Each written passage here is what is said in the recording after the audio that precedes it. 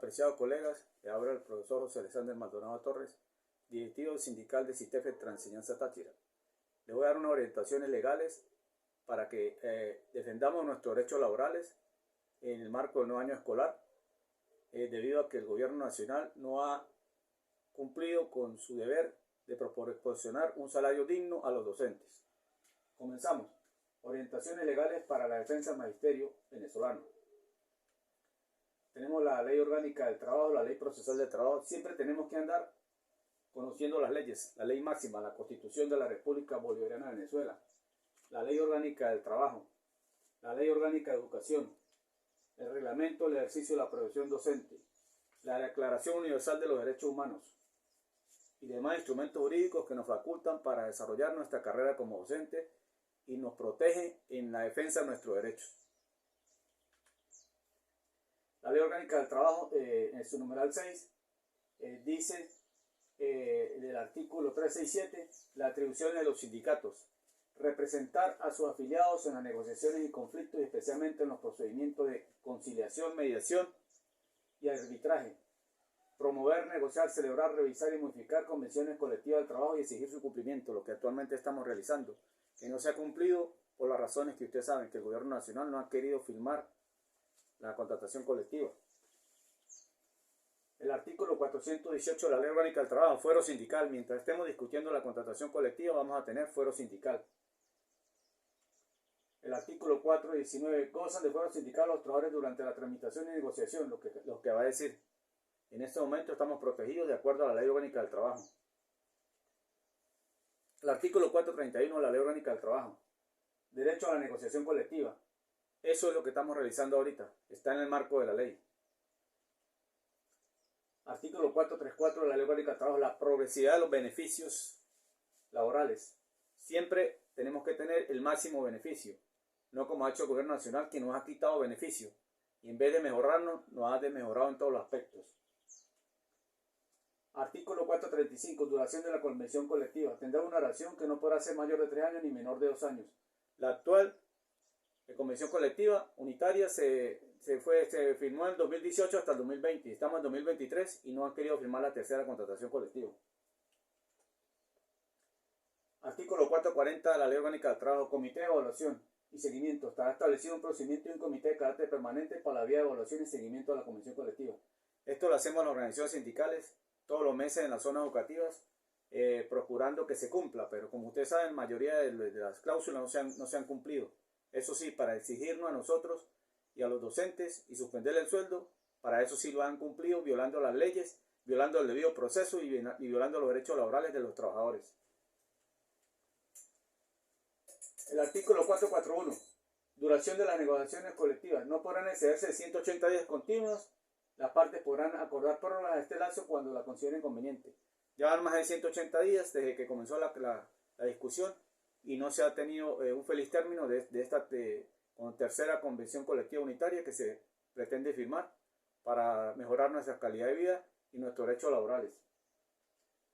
Aquí le estoy mostrando el memorándum circular número 636 del año 2019, expedido por la directora general de la Oficina de Gestión Humana para ese tiempo, Marlice Soledad Guerrero Camacho, de fecha 3 de junio de 2019, donde indica que las asambleas sindicales tienen carácter legal, de acuerdo a la Ley Orgánica del Trabajo, y le informa a los directores y directoras de la veracidad de este hecho, de estas asambleas, porque muchos directores y supervisores dicen que son ilegales, que no tienen validez jurídica y que el docente está incurriendo en una falta por asistir a ella.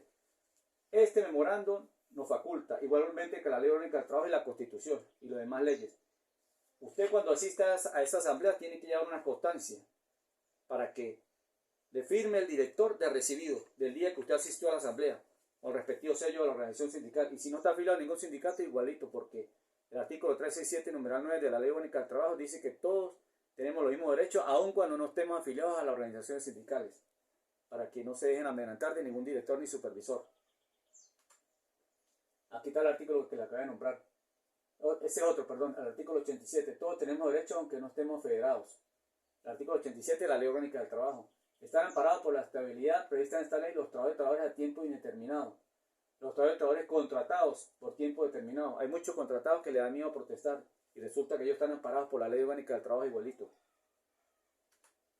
Igualmente, aquí les muestro la Declaración Universal de los Derechos Humanos. Venezuela forma parte de la ONU y por tal motivo tiene que cumplir lo que dice acá. Y aquí dice el artículo 22 y 23 de la Declaración Universal de los Derechos Humanos.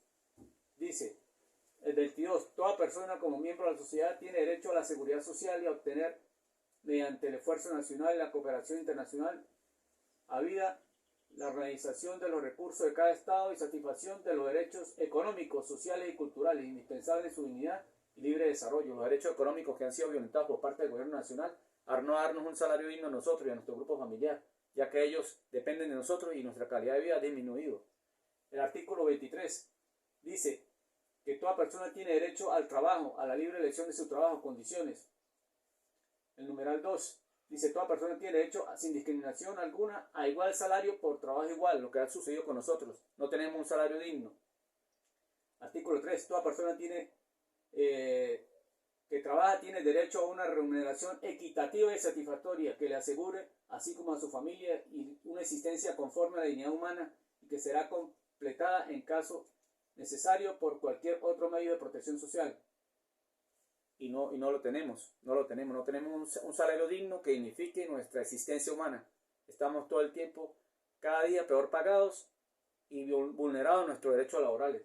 Y aquí el numeral 4 dice, toda persona tiene derecho a fundar sindicatos y sindicatos para la defensa de sus intereses, lo que estamos realizando, parte de nuestras funciones.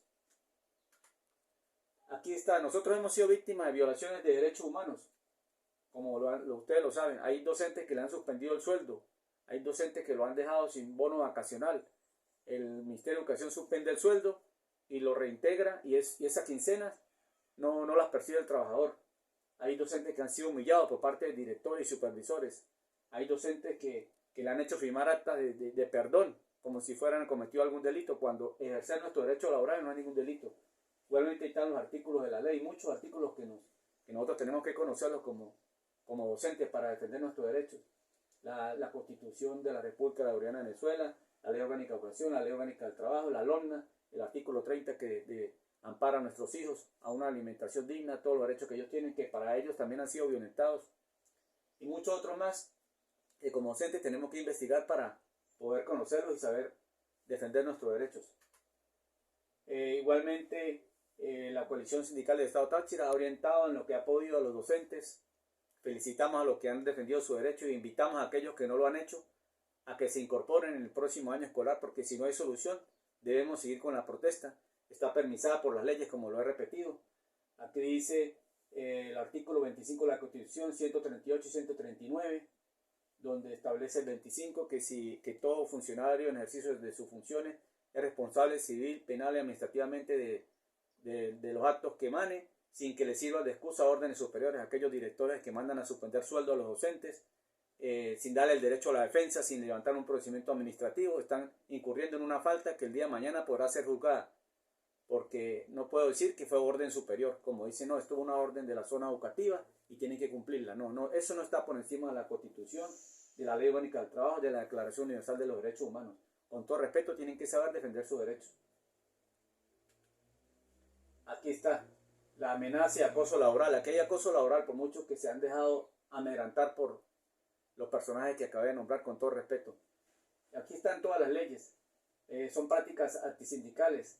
El reglamento del ejercicio nos favorece, la Ley Orgánica del Trabajo, la Constitución. Nosotros como personas tenemos derechos civiles, derechos políticos, derechos sociales de la familia, culturales y económicos. Entre los derechos políticos está el derecho a protestar pacíficamente. Para no involucrar esto en la política, nosotros como docentes podemos protestar porque no tenemos un salario digno. Entonces el artículo 68 de la Constitución nos dice que podemos tener una manifestación pacífica para expresar nuestro descontento por la calidad de vida que perdimos y por nuestro salario. Igualmente tenemos derecho a la vida, a la libertad personal, a muchas cosas, como dice la Constitución, los derechos a la familia. Aquí hay el personal pensionado, dice el artículo 80, el Estado garantizará a los ancianos el pleno ejercicio de sus derechos.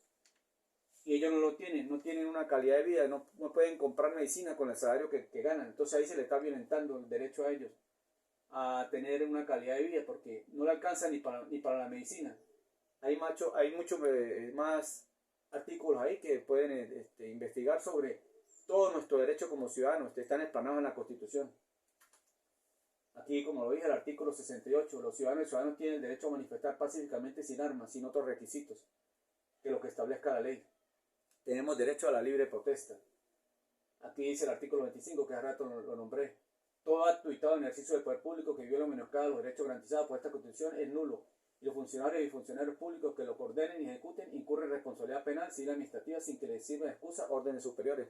Para los directores y supervisores que violan los derechos de los colegas, y los colegas también tienen que saber defender, aunque no tengan la respuesta necesaria, tienen que dejar medios probatorios para poder denunciarlos ante los organismos competentes, como es la Fiscalía del Ministerio Público, la Defensoría del Pueblo, la Inspectoría del Trabajo y hasta los tribunales laborales, si se tiene que llegar al caso.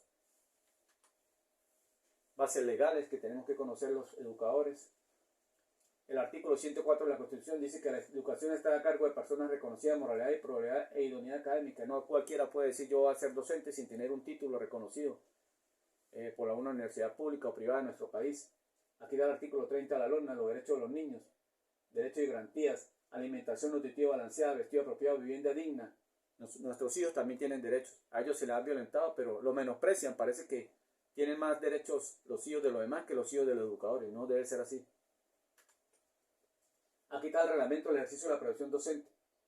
Dice, en su artículo 7, son derechos personal docente, el numeral 8, justificar las razones a las cuales no pudo asistir a sus labores. Si no puede solicitar el permiso respectivo con anticipación, deberá presentar el justificativo correspondiente entre los 15 días hábiles siguientes a la fecha de inasistencia. Tiene 15 días hábiles para que justifique por escrito a su director. Aquí están los pensamientos de Luis Beltrán Prieto Figueroa. Nosotros como maestros debemos formarnos porque somos los líderes de la sociedad, para defender nuestros derechos, para defender la educación de nuestro país. Aquí dice el informe al personal docente que no existe en el ordenamiento jurídico la figura de memorándum. Muchos directores le dicen, fírmeme este memorándum, le va a suspender el sueldo, usted incurrió una falta por asistir a una protesta, cuando eso es ilegal. Ya lo expliqué, los artículos que nos facultan para protestar pacíficamente. Ahí lo dice claramente. Tenemos muchas cláusulas que también nos facultan para pedir permiso, como la cláusula 33 de la segunda convención colectiva, que nos otorga 10 días de permiso al año, pero tienen que justificarlo de acuerdo como lo dije ahorita. Aquí está un modelo de cómo justificar al director cuando uno no puede asistir por razones de fuerza mayor. Tienen que entregar el oficio y que le firme el recibido. Con eso usted deja constancia que usted participó. Si no está el director, se lo entrega al subdirector con firma y sello de recibido, para que después no puedan decir que usted no justificó su inasistencia al trabajo. Aquí está una circular del ministro de Educación de ese tiempo, donde se crean los circuitos educativos. Aquí lo voy a leer algo porque hay muchos supervisores que violentan los derechos de los educadores. Voy a decir lo que dice aquí. Los supervisores del circuito educativo son docentes en ejercicio con experiencia y conocimiento y modalidad de su sistema de educación básica. Posee una experiencia mínima de 7 años de servicio. Muchos supervisores son nombrados por parte política y no reúnen las condiciones que dice el reglamento del ejercicio de la profesión docente y demás normas para poder ser supervisor, pero los nombran para que amedranten a los educadores. Y muchos educadores tienen que defender su derecho y saber que un supervisor está para mediar, no para coaccionar ni violentar los derechos de nadie. Aquí le dicen en la parte 3, actúan como mediadores y mediadoras de sus diversos conflictos. No son jefas ni jefas del circuito educativo. Muchos supervisores en los municipios creen que están por encima de la ley y mandan a amedrantar a los docentes. Por ejemplo, con la protesta. Usted no tiene derecho a protestar cuando eso está estipulado en las leyes, como lo dije hace rato.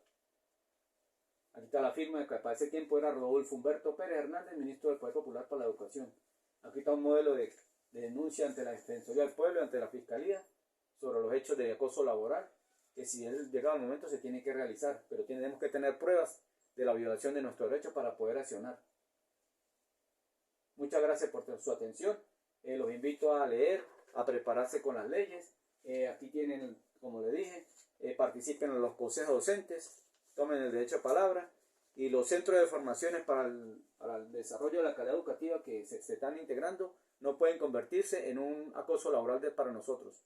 Si los colocó la zona educativa supuestamente para agilizar los trámites de los docentes en los municipios, no se puede convertir una institución de acoso laboral. Si tienen que denunciar ante los organismos competentes cualquier abuso por parte de ellos. Muchas gracias.